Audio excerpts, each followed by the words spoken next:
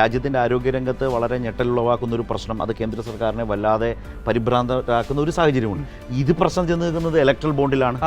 ഈ ഇലക്ട്രൽ ബോണ്ടിലേക്ക് ആ കമ്പനി അടക്കം കൊടുത്തിട്ടുള്ള കോടി കൊടുത്തത്, ആ ഇലക്ട്രൽ ബോണ്ട് രാജ്യത്തെ ഏറ്റവും വലിയ അഴിമതിയായി മാറിയത് ഷമ്മി. അത് സത്യത്തിൽ കേരളം കഴിഞ്ഞപ്പോൾ ഇലക്ട്രൽ ബോണ്ട് യഥാർത്ഥത്തിൽ ഈ തെരഞ്ഞെടുപ്പ് രംഗത്ത് ഒരു വലിയ ചർച്ചയായി മാറുന്നില്ല എന്നതുകൂടി ഇന്ത്യ മുന്നണി പോലും ഫലപ്രദമായി അത് എടുത്തിട്ടില്ല. പക്ഷേ ഇത്തരം വിഷയങ്ങളിലൂടെ, ഇത്തരം പ്രശ്നങ്ങളിലൂടെ ഇലക്ട്രൽ ബോണ്ട് വീണ്ടും ജനങ്ങളുടെ മുമ്പിലേക്ക് വരിക കൂടിയല്ലേ?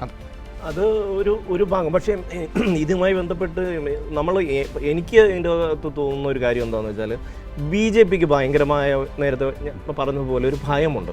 ആ ഭയം ഇപ്പുറത്തെ ഇന്ത്യ സഖ്യത്തിൻ്റെ ആത്മവിശ്വാസം വർദ്ധിപ്പിക്കുന്ന മറ്റൊരു ഘടകം കൂടിയുണ്ട്.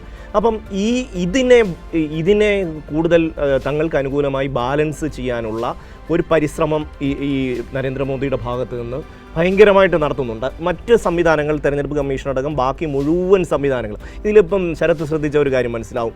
ഇതുവരെ ഈ ഗോദി മീഡിയ എന്ന് പറയുന്ന സംവിധാനം നരേന്ദ്രമോദിക്കെതിരായിട്ട് ഒരു അക്ഷരം പോലും പറഞ്ഞിട്ടില്ല. പക്ഷേ ആജ് തക് അടക്കമുള്ള മാധ്യമങ്ങൾ ഇപ്പോൾ ഇതുമായി ബന്ധപ്പെട്ട് മുസ്ലിം വിദ്വേഷ പരാമർശം, അതുപോലെ തന്നെ ഓരോ വിഷയത്തിലും ഒരു ഫാക്റ്റ് ചെക്കിങ് അവർ തുടങ്ങുകയും ഈ വിഷയങ്ങളെ സംബന്ധിച്ച യാഥാർത്ഥ്യം ജനങ്ങളിലേക്ക് എത്തിക്കാൻ ഒന്നോ രണ്ടോ മാധ്യമങ്ങളെങ്കിലും തയ്യാറാകുന്ന ഒരു കാഴ്ച നമ്മൾ വലിയ തോതിൽ